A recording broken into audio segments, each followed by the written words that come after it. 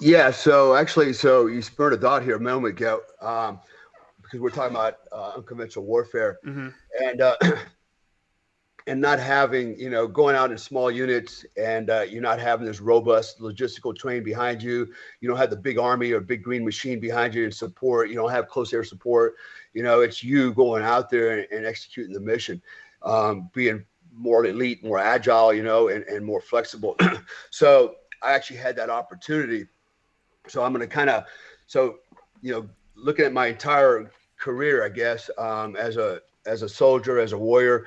I started out in the 82nd Airborne Division as an infantryman in the long range scout platoon.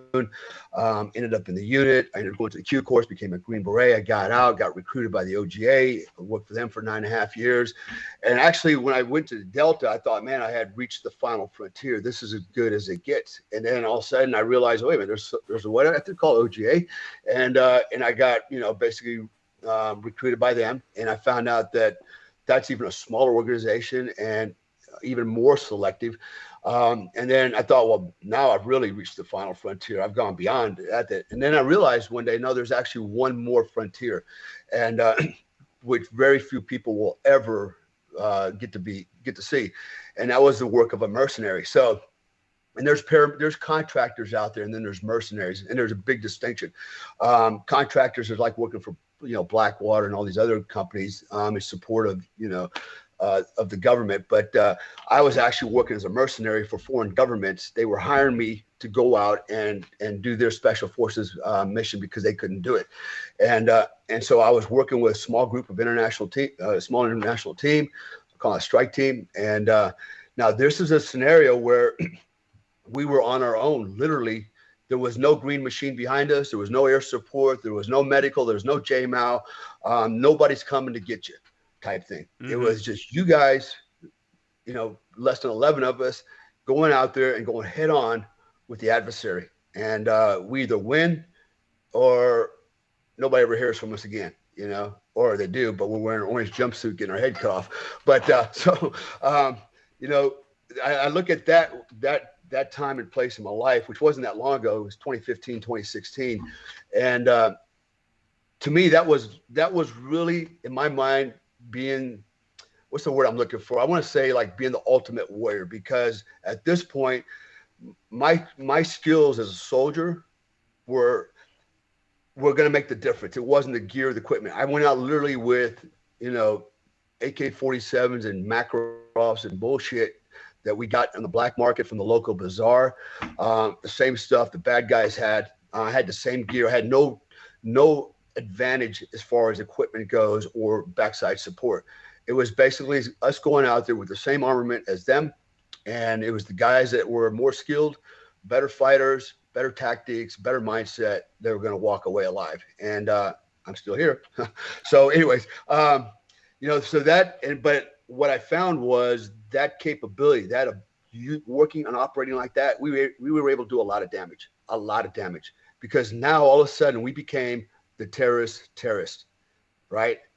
Now they got to walk out and go, fuck, is that a drone or is that a bird? You Hmm. know, is that a car? Or is that a JDAM on wheels? Right. So it was a game changer, and literally, watching these guys running and hiding, and now using defensive trade craft, street craft to save their asses from us. The script had been flipped on them, and it was very satisfying. And guess what? We were always at the advantage because we were the hunters, right? And they didn't know who we were, where we were, when we were gonna pop up, and either they were ready for us or they weren't. Hmm. And so that, to me, I feel like that's my experience working in that space of unconventional warfare at the most extreme end, on the same end that the Taliban was on, the Mujahideen was on, Al Qaeda is on, ISIS is on. I was on that. I was working on that same battlefield, that same plane, same mindset, except going against them with it now, and it works. It works a lot better than if you're driving down the street in an army truck with camouflage on, with a U.S. patch on it, going to say, "Shoot me," it's a huge difference. And when you're looking for what could potentially be a bad guy in a group, a large crowd of people, makes it very difficult. But when you're in that group, You blend in. You're wearing sheep's clothing, like the rest of them. For sure. Then it's a game changer. So I just want to throw that out there real quick, because like I said, I've been to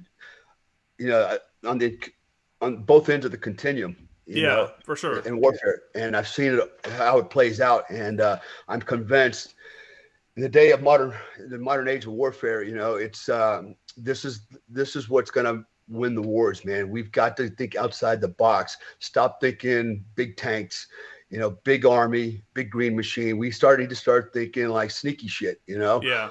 surprise attacks. That's what we need to be. That's what works. It's always worked, actually. It's always worked. Yeah, you look through history and that unconventional warfare kind of rules the day. It almost makes it where you're not looking at it as like, it almost makes wars unwinnable. You know what I'm saying? Because as long as there's pockets of resistance out there, have you really ever won? If you're always walking around wondering if you're about to get smoked by a sniper or hit by a drone or whatever, right. have you really won the war? So it's I think the days of, like you're saying, the days of land armies facing off in mass numbers is probably over. Yeah. And if it's not over, then it still doesn't. I don't think that'll be what wins a war. It's gonna be those unconventional warriors out there doing whatever they're doing. So I'd like to back up real quick and ask though, what made you want to leave Delta and move on to just being like a Green Beret, because those on the outside, not knowing anything, would look at that and go, that's a step down. Like, why would you want to move? Why would you want to go from Major League Baseball down to the minor leagues? You know what I'm saying? Let me put it out there. I'm not saying that Green Berets are minor league at all, but when you're looking at it in a comparison, if you don't know anything about the military, that's what it seems like. So what goes through the mindset of somebody that's been with the unit for that long and done all this stuff, had the unlimited budget, the best missions, the best equipment, the best people around you, and now you want to take a step back and bring yourself down? Yeah. So there's a lot of factors to that. One, initially when I went into the Army, so I actually enlisted to be a Ranger, Army Ranger, but I told my father I'm going to be a Green Beret. And that was my mission, to become a Green Beret. And for whatever reason, it's very important to me. Everything kind of went in a reverse process. So I didn't go to the Ranger Battalion, which was funny because the last minute, my recruiter was like, oh, by the way, sorry, there's no more Ranger slots left, but you can go to 82nd Airborne Division, be an infantryman. And all you got to do is tell your sergeant major you want to go to Ranger school, and no problem, he'll send you. Totally send you. That was that ever a big ass lie, right? Yeah. So I hit this point in my career. Actually, wasn't even a career yet. My first 4 years, I was like, what do I want to do? Do I want to stay in or do I want to get out? Because sitting under a tree cleaning my M16 for 3 days straight, digging foxholes just to fill them up, as a scout and as an infantryman, I said that's not too challenging anymore, and I felt like I was better than that. And so I hit this crossroad and I decided, well, if I'm going to stay in, then I'm going to go big, and it was actually my mom that made the decision for me, which is kind of funny because I was married and I had my first daughter at the time. She was just a little baby. And now she's 37. But I remember I called my mom and said, hey, Mom, I'm thinking about getting out of the Army. Would you mind putting up with me and my wife and my daughter for a few months till I get on my feet? And her answer was, no, not no, but hell no.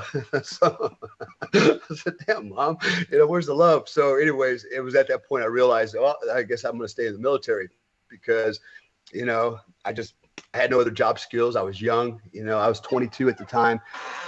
And so, and then lo and behold, I get this letter from Delta Force says that I was eligible to apply to try out for a selection, right? Mm-hmm. So everybody always goes, well, I got a letter too. Delta Force wanted me, but I didn't want to go. I thought I'd do something better, right? This bullshit. That's not how it works. The letter says they scanned your records along with everybody else in the military and go, oh, look, this guy's this how old he is, got this rank, he hasn't been in trouble. Okay, he meets the bare minimum to apply, put the application papers in. So that's what I got, the request to apply. So I did, and went through the initial screening, and lo and behold, I get the order, said, hey, congratulations, you're one of 100 guys that got picked to go through the Delta Force assessment selection, which only happens twice a year. Like, no shit, man. And so the odds were stacked against me, no doubt about it. The average age for the guy that makes this is 33. I was 22 years old at the time when when I went through the process. I made it at the age of 23, youngest guy ever at the time being Delta Force operator, 10 years ahead of my time. So that was a big win for me. I actually thought I reached the final frontier, right? It's like, man, I just went from 0 to 60 like that, you know? And then as time went by, what happened was we were, because Delta Force is its own entity, but we still got to get guys promoted. Mm-hmm. And so how do we get rated, and by what branch? For example, it turns out we had to compete against other Green Berets, right, for promotions. But because our NCOERs are classified, how is the promotion the promotion board going to basically evaluate us against our peers in special forces, who has a completely different mission? So there's a problem with that, right? The classification. How do you tell a guy on the board that Comstock, you know, is in charge of bazillion fucking dollars and blowing shit up and does this and does that on a daily basis, you know, and compared to the Green Beret over here? And so basically the solution was, well, guys that are not 18 series SF should go through the Q course and get that MOS designator. So now they're competing with their peers in a special forces branch. All right. So, and so that was the impetus for me going through the Q course, was me and several guys that were not Green Berets were given the opportunity to go through and get our 18 series designator. So I went through as a light and heavy weapons guy, 18 Bravo. It took 7 months, I think, to go through the whole Q course and everything. And this is while you're still with the unit, right? You're just basically TAD.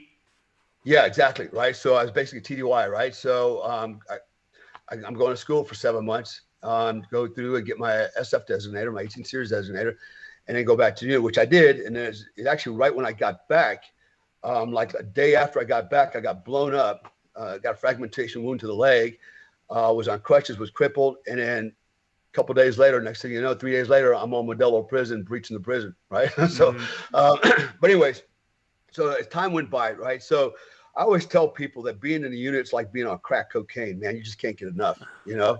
You wake up in the morning, you can't wait to go to work.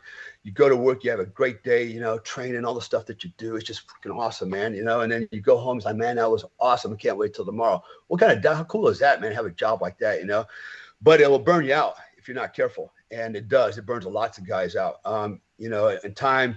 And I won't get into all the dirt and shit, but, you know, we've had guys that, you know, went down the wrong road, man, with drugs and stuff like that. It's just, you know, there's so many factors, man, that you got to consider. Divorces, right? Family issues, because you're living this life where, you know, you're going a bazillion miles an hour, you're traveling all over the place, you're in and out, you know, and it's very disruptive on the home life, on relationships, everything, man, is affected by this, let's call it a lifestyle, this job. And I went through a really bad divorce, which finally happened. And so I ended up being a single parent. So here I am. And actually at the time I was no longer in the squadron. I was a trainer.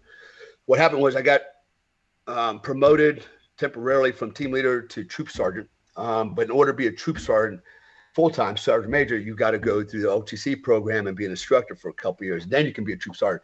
I kind of got ahead of the curve. And then the chain of command was like, you know, just to keep it, you know, like it's supposed to be, you got to go to OTC first. So I got pulled out as a troop sergeant, which I did that for a while. And then I went through OTC. Well, it was during that time that I was going through the divorce. I tell you what, man, relationships can really wreck careers and do bad things, you know, to good men. And, and then in this line of work, it's even harder to have a relationship. But so I ended up being a single parent, you know, and that caused, you know, a lot of issues for me on the job professionally. Trying to get my kids to school in the morning. They were little kids, man. My son was like, 18 months old, you know, and I'm trying to deal with all this. Now he's a little bit older than that. Trying to get him to school, pick him up, you know, and at the same time trying to be a full-time Delta Force operator. So what finally ended up happening was I ended up leaving the unit. Since I already had my 18 series designator, I went to third group and I requested some time to work in the operations. And so I was a group assistant operations NCO for 18 months. It's really the only admin time I've ever had in 20 years in the service. And I took that opportunity to work in the group. assistant operations. So I managed basically everything for the most part, along with the S3 officer, operations officer. And then I was asked by this command sergeant major. He had heard about my background in martial arts and things like that. Asked me if I could put together a combatives program for group. And so, as an additional duty, I was coming in at 0500 every morning and training all the ODs on hand-to-hand combat. I'd take each ODA for 2 weeks and run through the ringer, certify them. I wrote the combatives manual, which became, as I understand it, was the base document for the Army-wide hand-to-hand program. And then I did that plus my S3 job, but at least I wasn't going down range and have to figure out what am I going to do with my 2 kids, you know? And so after being there for a while, a couple things happened. I met another woman, and so you know that made life a little bit easier and a little bit better for me. And 2, I actually enjoyed being in special forces because now I was able to bring all my training and my experience to the group and give it to these guys that didn't get this kind of training, you know. And so now I found myself as becoming the SME, if you will. For example, we had one company going to Bosnia. And they needed training on combat marksmanship, high speed and technical driving, several different areas that I'm very well trained in and I'm very fluent in. So I basically put a train up program together, and I'm in another company and I'm actually training another company for deployment, and I'm running high speed and technical driving. I'm sitting on a driver's course. I'm getting cars and rental cars they can smash up. I'm taking them out shooting. We're doing combatives, you know. So I got to do all this cool stuff, and I actually enjoyed that part of it. And be honest with you, being on a special forces team with a bunch of Green Berets was very satisfying. Very sad. I actually had a 13-man ODA, which is unheard of. It's normally 12 men. I had one extra 18 Bravo weapons guy, and my team was very heavily stacked because a lot of guys would come to my team and ask if they could join my team, you know, from other teams. And I was very selective. My first question always was, do you like physical fitness? Do you like PT? Because if you don't like PT, you're the wrong team, because I'm going to PT your ass off every day. And it was my thing, right? One of my things was, you know, stay out in front of my team. And I would run them hard, man. We'd ruck and run. And you know, we were very physical, combatives. I believed in being the consummate Green Beret. And I didn't believe in being a fat team sergeant sitting behind a desk, you know, fucking not doing nothing but talking about combat. I actually wanted to go out there with my guys and do it. Mm-hmm. So I got kind of a namesake for that. So I had a very strong team. I selected all the guys on my team. It was a Portuguese-speaking team. We were a water team. We were a permissive halo team. We were a rucksack team, and we were a desert mobility team. I mean, I had 4 different missions for an ODA, which is pretty amazing. We got the first set of GMVs, which was ground mobility vehicles, the desert Humvees, because we started that capability in 3rd group. I got the first set. In fact, I actually went up and picked out the vehicles up in, I can't remember where it was at, up north, and brought them down. And so it was my job to develop all the SOPs, how to use these vehicles, how to arm them, how to equip them, the tactics that went with them. So for me, it was a hell of an experience to have a special forces team that could do water infiltration, maritime riverine operations, to humping a rucksack, to, you know, skydiving, halo jumping, to, you know, ground mobility vehicles. I had an awesome time, man. I really did. I enjoyed the shit out of it. So I decided to stay. I only had a couple years left before retirement anyways. And then right up till the 19-year mark, right before a year out, the coolest thing happened to me. My sergeant major, actually the entire chain of command, without me asking, came to me and said, listen, we want to give you a year off, your last year of the military. We want to give it to you, give you 8, we call it ACAP. Normally ACAP's about 6 weeks. That's time for you to transition out, go through, you know, do all the stuff you got to do to get out of the military, retire. They gave it to me for a year. They said, go prepare for your next life. Just don't get killed. Check in every now and then, make sure you're still alive. Yeah. And thanks a lot for everything. And they did that because of the contribution I had made to group to that point, you know, and it was recognized. And I was, man, you know, that doesn't happen too often. And so I actually left. I didn't leave the Army. I didn't retire until 20 years, but on year 19, I was literally out moonlighting, doing another job. I finished my master's degree that year. I took full advantage of that 1 year to myself and to prepare myself for retirement.